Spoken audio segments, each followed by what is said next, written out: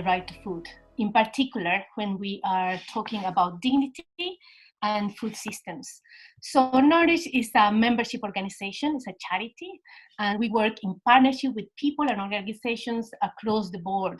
So from community organizations, NGOs, universities, researchers, students. We involve and support individuals to help us in this journey by becoming Good Food Nations ambassadors, veg advocates, dignity advisors, members. We communicate and listen to farmers, local producers, people with food insecurity. Those relationships and learning shape every single Nourish project. So on those bases, we can influence the government in food policy and advocate for a fairer, healthier, and more sustainable food system.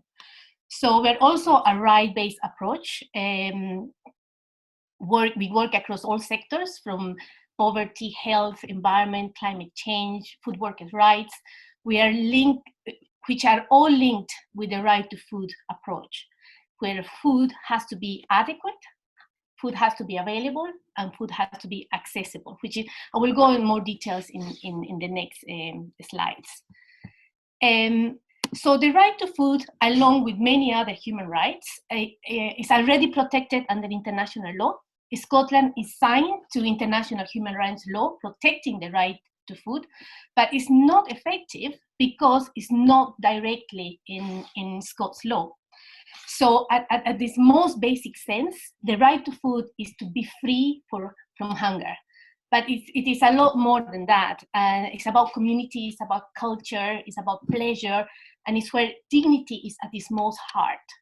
And in a more specific terms, the right to food means three things, as I said before: adequate, available, and accessible. The right to food makes it clear that it is the government's responsibility to do everything in their power to achieve those aims. So if we looked closely at food, how food should be adequate, at this most basic level, food must be nutritious, and food must be free from toxic substances. People must decide for themselves what is appropriate food based on their ecosystem, culture, and daily life. The idea of adequacy is to empower people to choose what type of food is good for themselves. So if we go back to the question, to what we're discussing today, how to eradicate hunger with dignity, we really need to take this seriously. This also recognizes that food banks are not an acceptable response to poverty, because this can put people at the benevolence of others. People that are in food insecurity are at the mercy of those in power. How people are going to dictate whether and when they receive food. And also, this is really very much linked with our project at the Dignity Project, and is part of our principles, in particular when we talk about having a sense of control, which is having the power to make choices about what, when, where, how, and with whom we eat.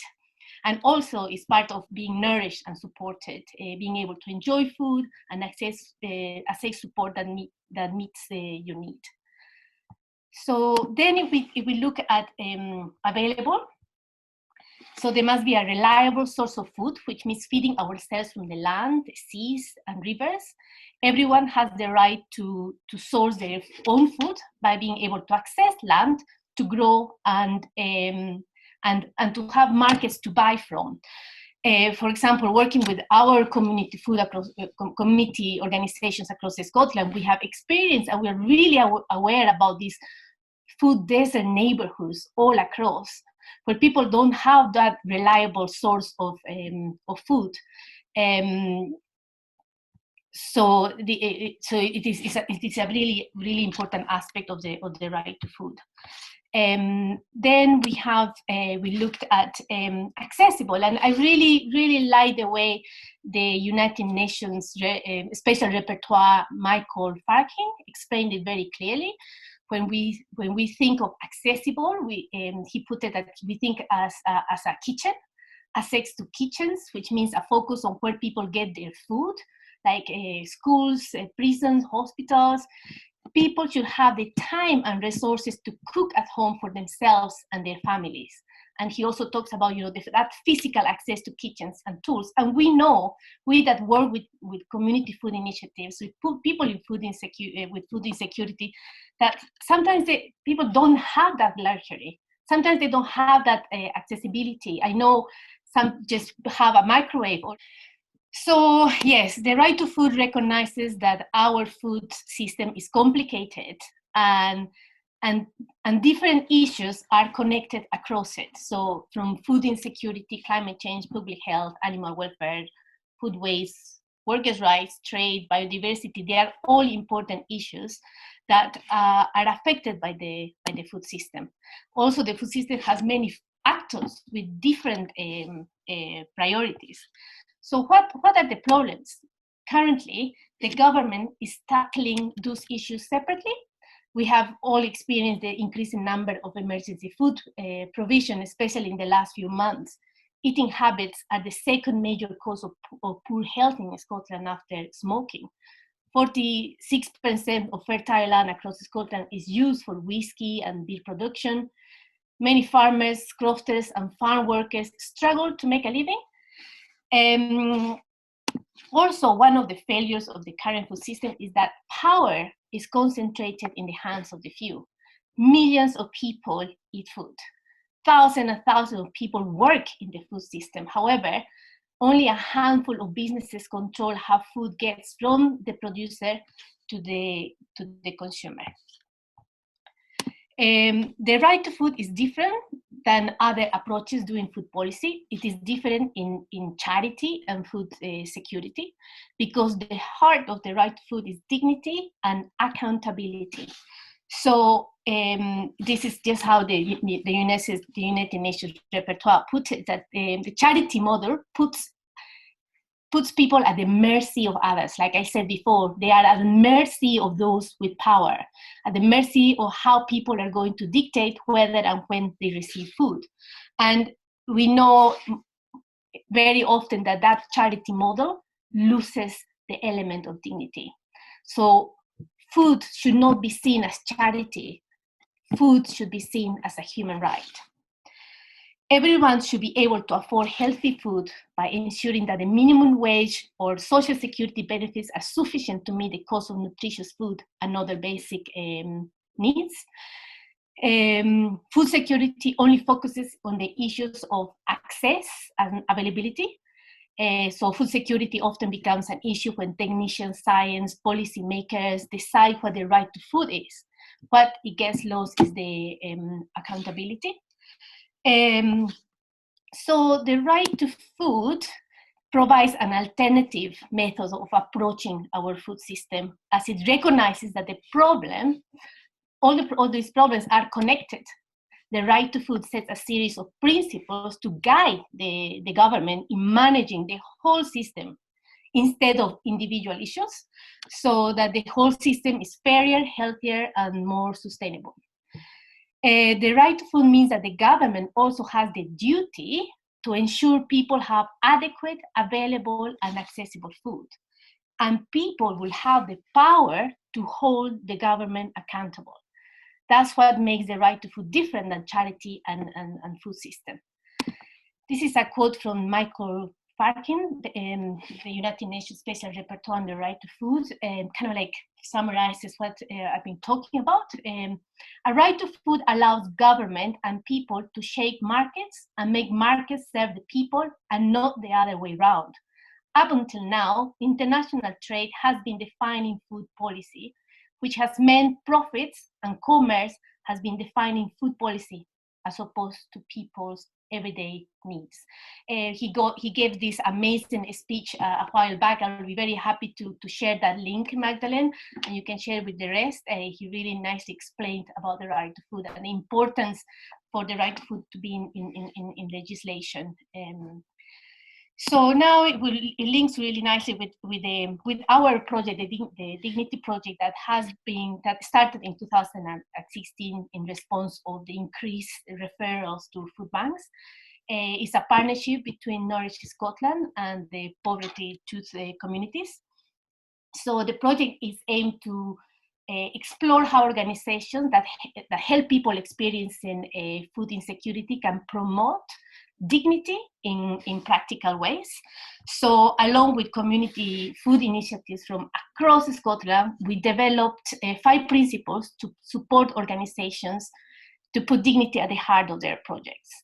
So we make sure, and we work along these organizations, and to make sure that people taking part are feeling a sense of control, able to take part in community life, nourished and supported, involved in decision making, valued and able to contribute. So actually now these principles have been adapted to COVID-19. Like everybody else, we had to adapt, and we continued our conversation and our relationship with our volunteers and peer organizations. And it's just amazing to look at the creativity of these amazing organizations that, despite the crisis, they were able to put dignity at the heart of their projects. And I invite you to see our website. You will have a lot more details how these organizations and a lot of case studies on how organizations have adapted during this pandemic. So then we also, as response to what was happening, we developed an emergency food provision dignity during COVID-19 online workshop. The aim of this workshop is to develop a deeper understanding of dignity, create a space for self-reflection, and begin developing organizations' own ideas to promote dignity in their own practices. So I'm not sure if I'm running out of time, Magdalene, but I'm just finishing really quickly. So these workshops were so popular, and we had such a good positive feedback that we are starting it again, and we're going to be running these workshops until January. And I would love everyone to be part of this, and I would love to join us and continue these conversations. So I will be very happy to share the link as well, Magdalene. So just to wrap it up, if we go back to what we are discussing, if we want to eradicate hunger with dignity, we need to take the right to food approach. Communities cannot really be held responsible to eradicate hunger or provide a solution to food poverty. To do that, we need to raise incomes. We need to really assess the welfare system. We need to have a whole change. Do our food system needs rethinking? I think we all will agree that is a yes. And we could do that by taking a whole food system approach and put the Good Food Nation bell back on the table. So what can we do as individuals, as workers, and as family members, as community members? And it's exactly what you're doing right now. Being in these kind of events, being part of this conversation, joining groups, become a member of Nourish Scotland. I think we need a radical change, and we need to action right now. So I think that's me. I'm just worried about the time, but thank you so much for listening. Thank you so much, Irina. I'll stop sharing my screen. Sorry. Thank you. You've certainly given us a lot to think about, and we'll hear first a response from an Islamic perspective. I'd like to welcome now Colin Abdul Malik. Born in England to Irish Methodist parents with Scottish ancestry, Colin Abdul Malik has held a lifelong interest in religion, spirituality, and social justice. He converted to Islam in 1983 after meeting the Cypriot Sufi Sheikh Nazim al-Haqqani. He's a member of the Scottish Naqshbandi community and is the chair of trustees of the Salisbury Centre in Edinburgh, where he leads currently online weekly Sufi chanting sessions. His career spans bookselling, mental health nursing, and now he works as a gardener. Welcome, Colin Abdul Malik. Thank you, Magdalene. And thank you, Irina, for your very stimulating and challenging address. I have 5 minutes to respond to your talk with a specifically Islamic perspective, in which I will give a few examples from the Quran relating to food justice, and then make a few general comments. The Quran is regarded as the divine revelation that offers guidance on all areas,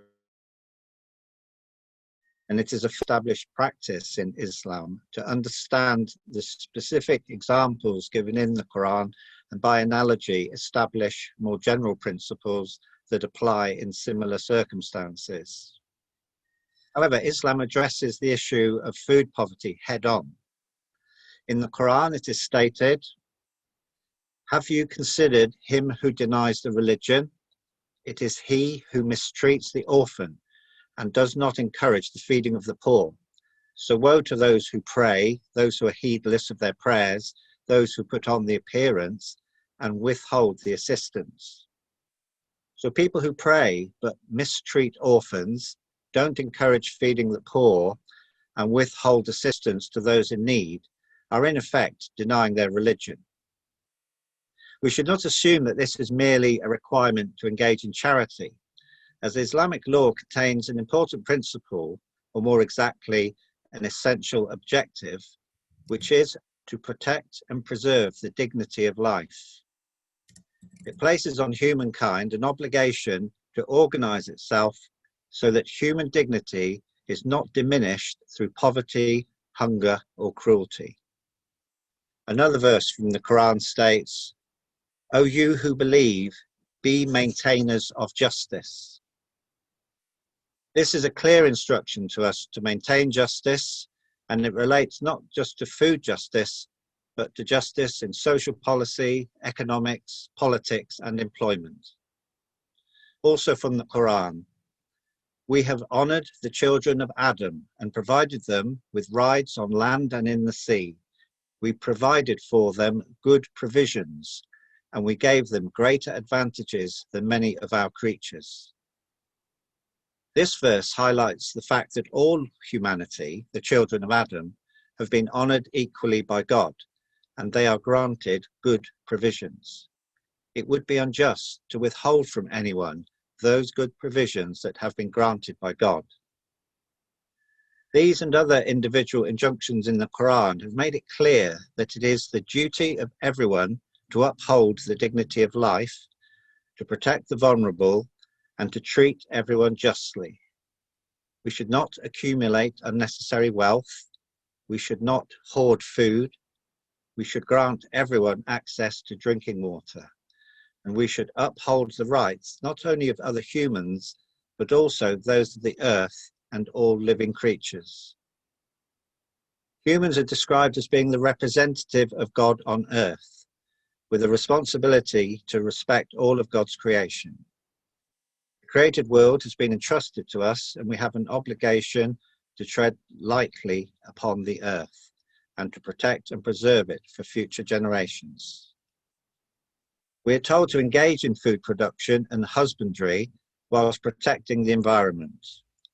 We should not waste food or cause pollution. There is a saying of the Prophet, peace be upon him, that if a Muslim plants a tree or sows a field, and men and beasts and birds eat from it, all of it is charity from him. So this is a clear encouragement to everyone to grow their own food rather than rely on environmentally harmful food importation. So the principles of food justice are very clearly supported by the teachings of Islam. However, as with all ethical teachings, especially those promoted by established religions, one finds a vast gap between theory and practice. Thankfully, the focus of today is how do we change things for the better? How do we avoid growing injustice? How do we reduce the impact of this mass pandemic and the impending climate catastrophe? I hope and pray that the Scottish Muslim community will support all the positive ideas being put forward today and see them as very much in keeping with the traditional values which, at least in the past, were given so much respect. So may God bless us all and grant us goodness in this life and the hereafter. Thank you. Thank you, Colin Abdul-Malik. Thank you so much for sharing from the Quran and from your own thoughts and experience as well. Our next responder is Martin Johnston, who's a Church of Scotland minister. And he's had a range of national positions and roles, for example, with the Church of Scotland coordinating its work in Scotland's economically poorest neighbourhoods, and for the Scottish Government chairing the Independent Working Group on Food Poverty. But he's most proud of his work innovating alongside and being encouraged by people who are at the edge of organisations, communities and society. I know Martin through his work for Faith and Community Scotland, harnessing the potential of Scotland's faith communities to tackle poverty together, and through the Poverty Truth Commissions, bringing together people struggling against poverty with senior civic and business leaders to create change. Over to you, Martin. Thank you, Magdalene, and thank you, Irene, and thank you, Colin. So I could easily spend the next 5 minutes talking about the broader issues of food systems and food injustice, but tonight I'm going to try and talk from a very specific Christian tradition about why we need to be passionately engaged in this work. And I'm going to try and do 3 things. The first is to think about why the way that we share food matters. The second is about, sorry, my notes have just disappeared in front of me, so I need to, the second is really thinking about why the way we treat people matters. And the third is why we need to move from charity to justice. Sharing food is at the very heart of the story of the Christian faith. Throughout the Old Testament, as Christians would refer to it, sharing food is a recurring theme. In the life of Jesus, sharing food, particularly with those who are viewed as unclean, is a hallmark of his ministry. The early church was known by the fact that it shared food together daily. The story of Jesus' death and resurrection is enacted by the community of faith to this day through the sharing of bread and wine. So sharing food is foundational. Within my own tradition, part of the prayer that I offer at the end of the sharing of bread and wine says that every meal table is a reminder that the Spirit of God is present amongst us. And that's why theologically the dignity principles that we heard about earlier are so important. They're about a way of eating that's about more than the transactional consumption of calories. They're about enabling community. They're about enabling and flourishing of life. So when people ask me why I am so passionate about food justice, I say that it's because our current model of dealing with food poverty or food insecurity does not reflect the way that Jesus chose to share food. Which brings me rather neatly to how we treat others. Christians, in line with many other faith traditions, believe that humanity, female and male, are made in the image of God.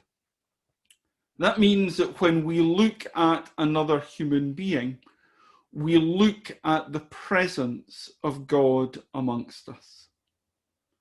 And so we read in the first chapter of Genesis, then God said, and now we will make human beings.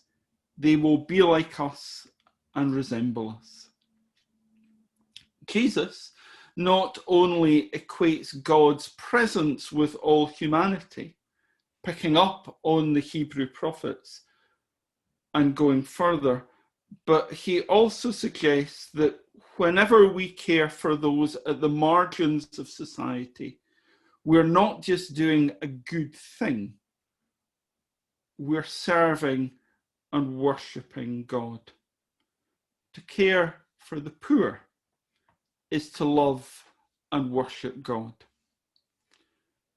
However, here I want us to go just a bit further, because that model of looking after those who don't have by those who do have is often turned into something toxic and demeaning.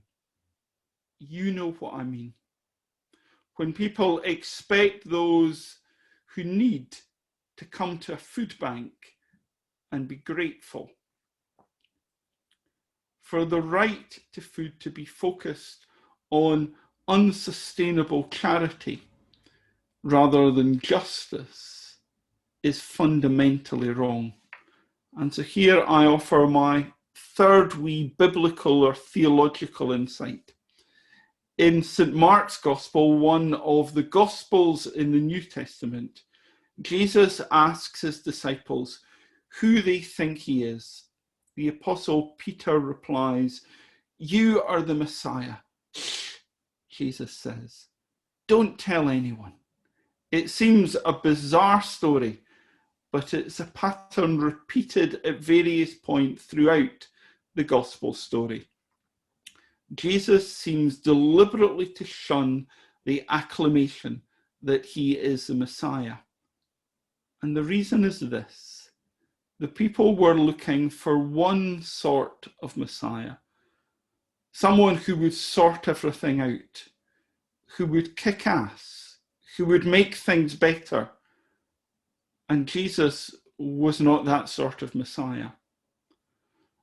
Many charities, particularly faith-inspired charities, continue to have this sort of false Messiah-like complex.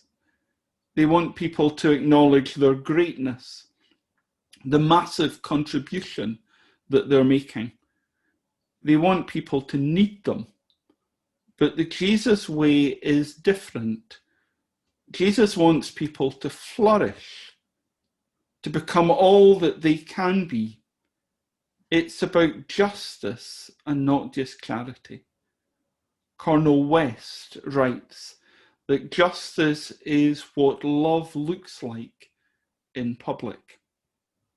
And so I'll end with one of my favourite Bible verses, not from Jesus, but from the prophet Amos, living in the 8th century before Jesus.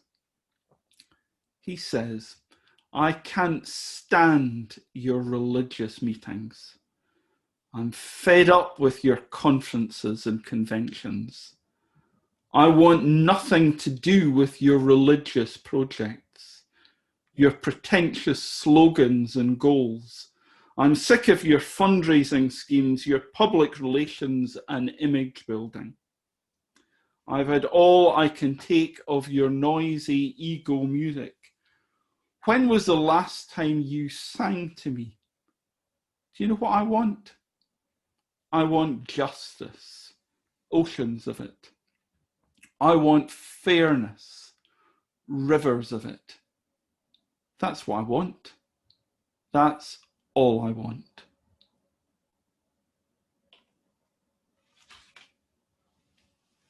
Thank you. Thank you, Martin. Quite the quote to end on. What a challenge to us all. Thank you.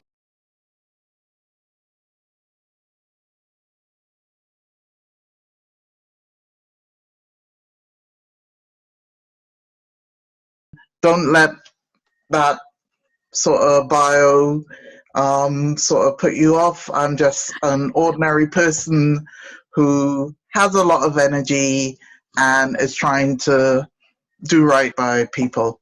And maybe it's my own faith as an Ifa Yoruba priest, you know, that I am working for my community and that wider global community. So looking at the title, you know, of this event, my first thought was, we have no such thing as food poverty. What we have is poverty, and that hunger is only a symptom of that poverty, and that we really need to understand what those drivers are to eradicate poverty. So we need to understand why particular groups, which Zarina sort of spoke about in her introduction, you know, why is it that people of color, women, disabled people, children, older people, you know, why are these particular groups the ones most impacted by poverty and hunger? And then how do those things intersect, you know, with health and other issues such as poor housing and lack of access to transport, or, you know, living in areas where they can't access good food. But that is not what we're going to talk about today. We're going to talk about how we can alleviate hunger with changes in our food system. We can reimagine our food system at a local level, but we must also accompany that work with the political work to eradicate poverty. So as co-chair of IFAN, we have been working in Scotland on a cash first project, and my colleague who's seconded from sort of Nourish, Dr. Chelsea Marshall, is on the call. And, you know, we do have a lot of data available online at the Independent Food Aid Network. But let's get back to food. Food, for me, is life. Food is sacred. You know, it binds us as humans together. It binds us together with our ecology. So we are interdependent. And for me, food should be valued for more than just its price. And we should be valued where our food comes from, what we eat, who produces that food. And all these things are vital threads in our web of life. Because food isn't just about who produces food and who buys food. You know, food is this complex thing that we've sort of created, especially over the last 500 years. So for me, food is a social issue. It is a planning issue. It is a land issue, because without access to land, we cannot produce food. It is an historical issue. If we look at our global food system we have now, it emerged out of Britain's quest for food from elsewhere. And, you know, we need to look at how Wales and Scotland contributed to that in an historical way. Food is a cultural issue. We don't all eat the same thing. Our cultural values impact on what we consider food and what foods are culturally acceptable. Food is an ecological issue. We live in a time of climate change and how climate impacts on sort of whether we'll even have food next year. I know farmers who've lost, you know, entire fields of wheat because it's been too hot and they couldn't water them. So, you know, food is very much an ecological issue. And we're also destroying our biodiversity, right? We're literally on the verge of a, biodiversity collapse because of industrialized farming. But food is also a gender issue, a racial issue. So food is political. There's no getting away from it. Food is political. So as I said earlier, we need to understand some of those drivers. And for me, two of those main drivers are structural racism and patriarchy.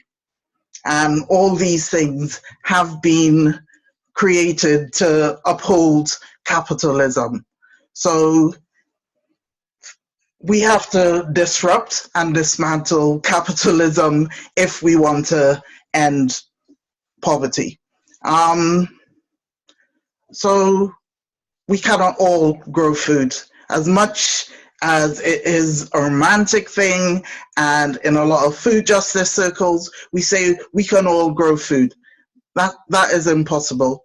Majority of our populations live in cities. Not everyone has the acumen or skills or the desire to grow food. So we cannot grow food. But what we can do together as communities is support people to grow food and to access food. So, and part of that access is removing the food apartheid. Irina referred to food deserts, which is a term coined by Tim Lang, but there's no such thing as food swamps and food deserts because they aren't natural occurrences, they are planned. So which is why I say food is a planning issue.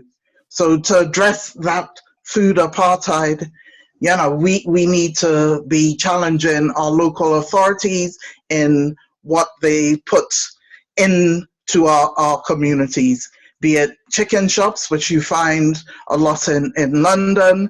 And, we say we want more markets, we want more local fresh food.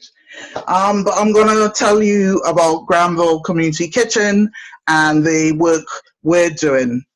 So we are launching in the next week, after a month of setbacks, what we call the Good Food Box. So it is a solidarity community supported agriculture veg box scheme. And I don't know if people know about community supported agriculture. It's where communities work with farmers to produce food for that particular community. Because we're in an urban area, it means people can't go out to the rural areas to actually work on that farm and help pick some of that food. So we've had to find other ways to support farmers, and that's mainly by buying their food. It is solidarity because we want to enable everyone to access that organic food. So we are starting at the price of £3.10, which is the equivalent of a Healthy Start voucher. So either you have a voucher or you just say you can't afford it, and that's all you could do, £3.10, and within that we would still hopefully be able to support some people who can't access food, period. We have been doing food aid for probably 8 years. Currently we're supporting about 800 people, and it just isn't sustainable. So for us, it is important that we're doing this. So we're working with the Landworkers Alliance, farmers in Southwest England, which is one of the reasons why I was in Devon. I've been picking veg and testing veg, but also with another organization called Better Food Traders, who bring veg in from the southeast and south of the UK, fruit and vegetables. solidarity as well in terms of people who can afford to pay more to buy a share to support someone else.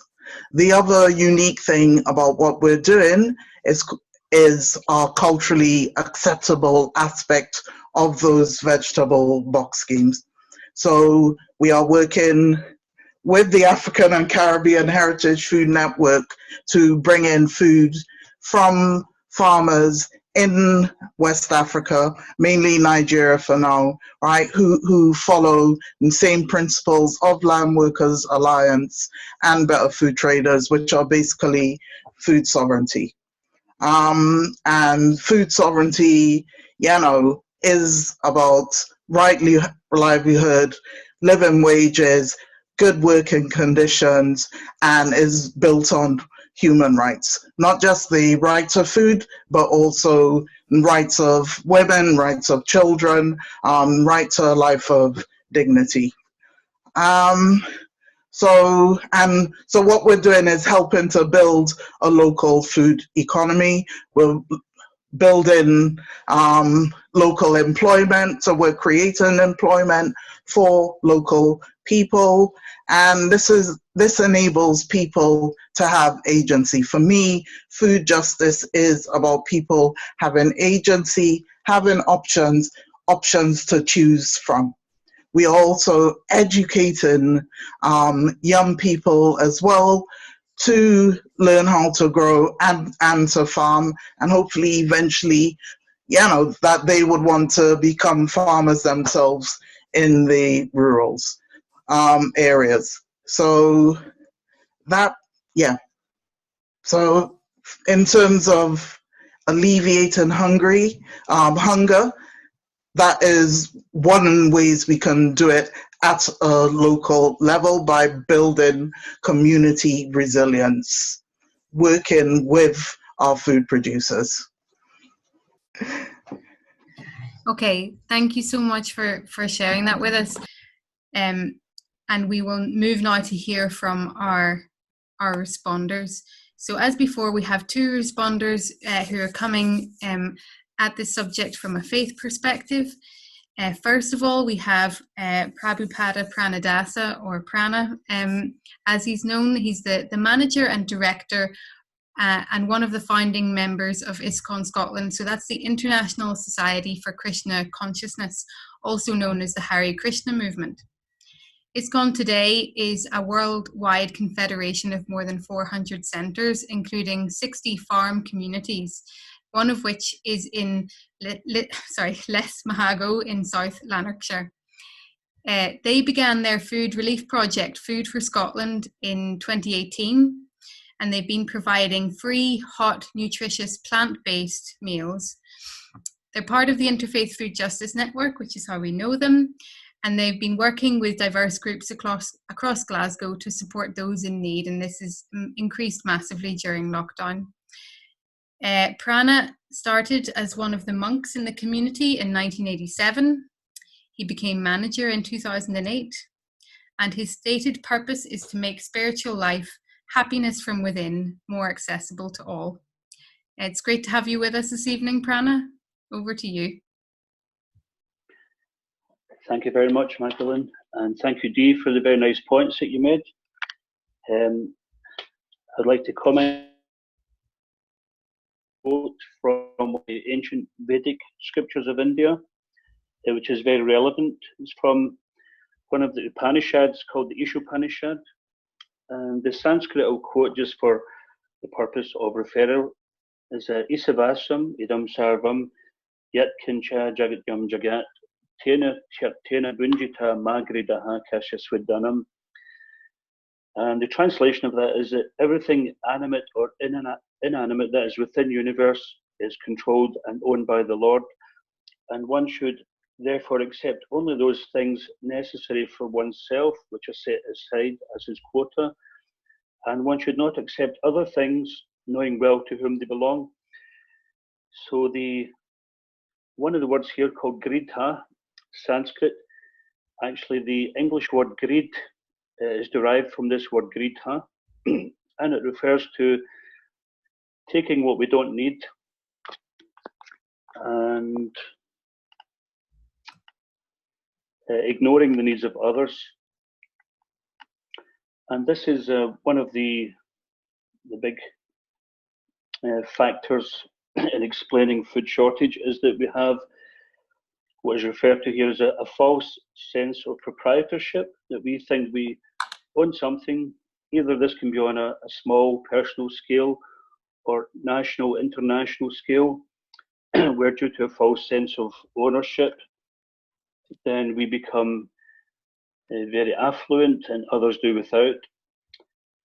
Years ago, I don't know if the drama group still exists, but in Glasgow there used to be a drama group called 784, which meant that 7% of the population owns 84% of the wealth.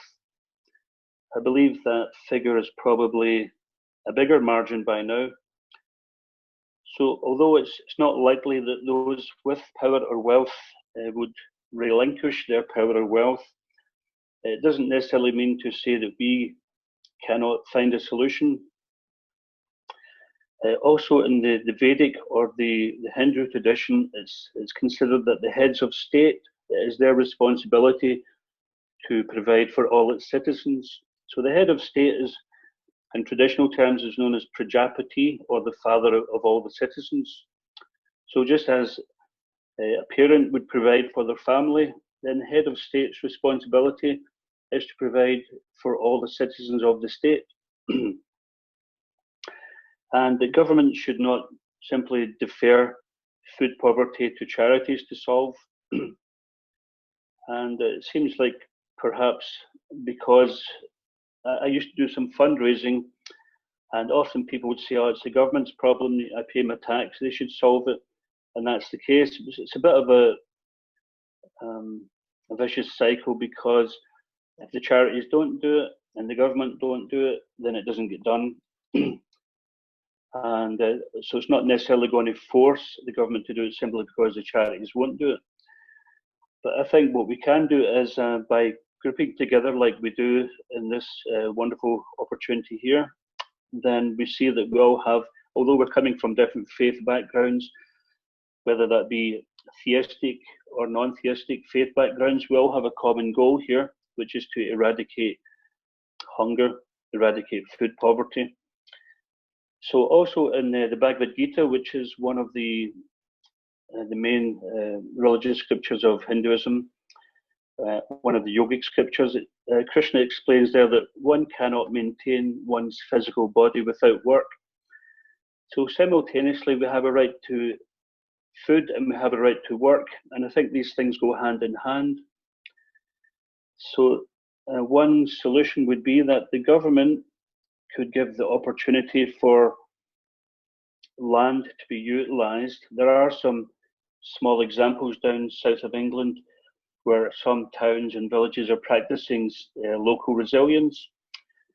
Now, anywhere we live in Scotland, we can see there's an abundance of land, and it wouldn't take much to turn that into some kind of agricultural project which could create opportunity. It's a right of people to have a job. Why are people being unemployed when there's so much land that can be used? So I think with some government startup funds, then this could take shape. First of all, procurement of land, and then the land wouldn't have to be, the ownership of the land wouldn't have to be relinquished by the government, but the use of it could be given to the public. Startup funding for training and support from a national network of consultants. I know many people who would be quite willing to get involved in such a project. So I think this in turn would actually reduce the stress on government welfare handouts.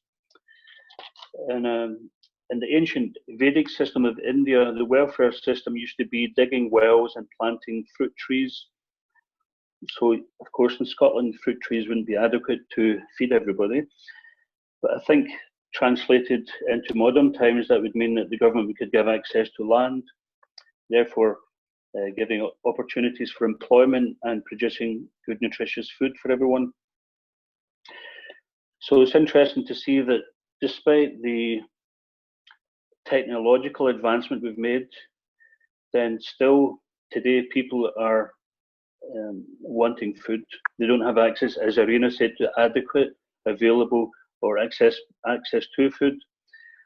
And because we're having to concern ourselves so much with this, then we don't even have time for other things such as spiritual advancement or whatever other pursuits we might have. So I think the right to food means the right to work and access the right to land, because it is a responsibility of the government to provide for the citizens. And if they were to give access to that, I think that would go a long way to providing that. Now, it's not just necessarily that everybody would work on the land, but it would create so many employment opportunities. Obviously, that would bring up some challenges, and it would take time to bear fruit, pun intended. Meanwhile, in the short term, charities can still operate because charitable people and charitable organisations, by the very nature, are there to offer help where it's needed, but it's not the long-term solution.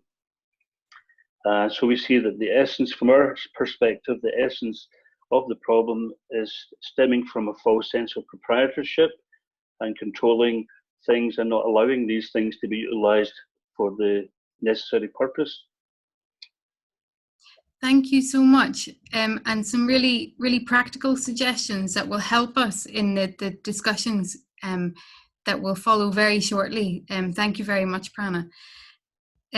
Our final responder this evening is Anil Bhopal.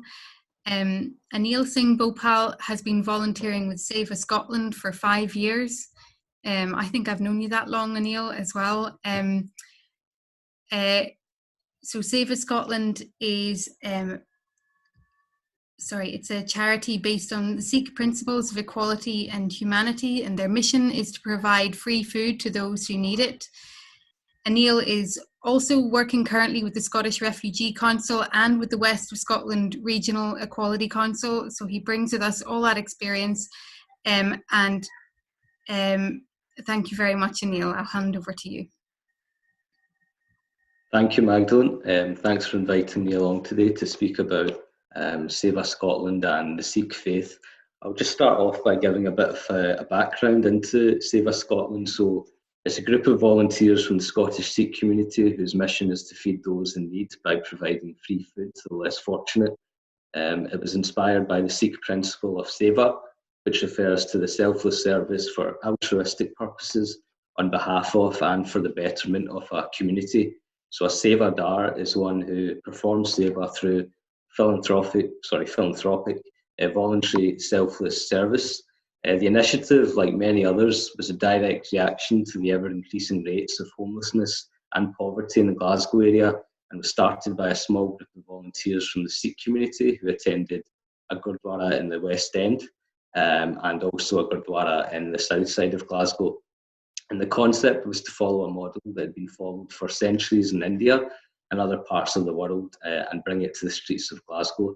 And this was to combine two key principles of Sikhism, the first of which is seva, which I'll reiterate, refers to the selfless service for altruistic purposes on behalf of and for the betterment and the common good of all humanity, and langar, which is the term used in Sikhism for the community kitchen in a Gurdwara, where a free meal was served to all the visitors without distinction of religion, caste, gender, economic status or ethnicity. The concept was introduced by the founder of the Sikh religion, Guru Nanak Dev Ji, who around the year 1500 established services of langar in Punjab, India. So by combining both of these principles, we were then able to support the most vulnerable in society on a weekly basis with hot meals, snacks, water and clothing. Our approach has obviously changed during COVID, but we continue to serve where possible. With the theme of the discussion today being on eradicating hunger with dignity, I think it's important to reflect on the fact that many of those that we serve are homeless, many are hungry, many are struggling to pay the bills and provide even a single square meal a day on the table. The Sikh faith teaches that we are only here to serve, and we will provide food to anyone that needs it or asks for it. And in the past year, we've realised more than ever that suffering is circumstantial and that any of us can fall in hard times. So I think that the less we judge as a society and as service providers, the more we serve and talk about systemic issues that relate to issues of food poverty, the better we can then begin to help eradicate hunger whilst keeping the dignity of those we serve intact. It struck me when I was asked to speak today, and from hearing from Dee and Prada, in terms of moving forward as a movement, I think that Interfaith Glasgow has set a great example, has encompassed many of the principles that I identify with strongly as a Sikh. So if we're looking for a unified approach to addressing societal injustices such as food poverty, it is in the spirit of the Sikh faith that more networks are established to counter such issues, and as a result we'll have a better chance of eradicating such problems. So in my mind, the work of Interfaith Glasgow would serve as a great example of addressing food justice issues, and much of the work that they have conducted over the past few years has been exemplary and essentially brought to life the Sikh principles of seva and langar on a citywide scale. So for example, the Food Justice Network, which allows community groups to coordinate support for the most vulnerable through the platform of WhatsApp, embodies the Sikh principle of Sarbat Bipala, which encourages citizens to work together to benefit for all humankind. The One Big Picnic, which is taking place annually in George Square in partnership with CEMVO Scotland, who Zarina works for, allows people of all backgrounds to come together and share a free meal whilst serving as a celebration of cultural diversity as well. This to me is effectively langar on a mass scale, which serves as a crucial statement during turbulent times that unity and togetherness is stronger than hatred and fear.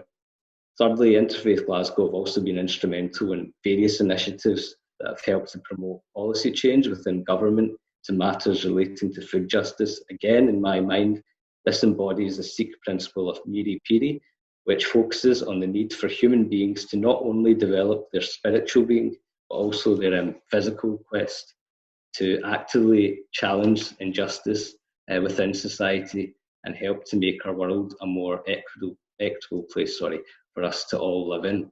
So I think that the more we can encourage initiatives such as those that I've just mentioned, the more we can do to actively change society and make it a better place for us all to live in.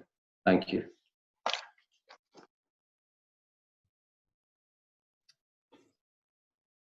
Thank you so much, Anil.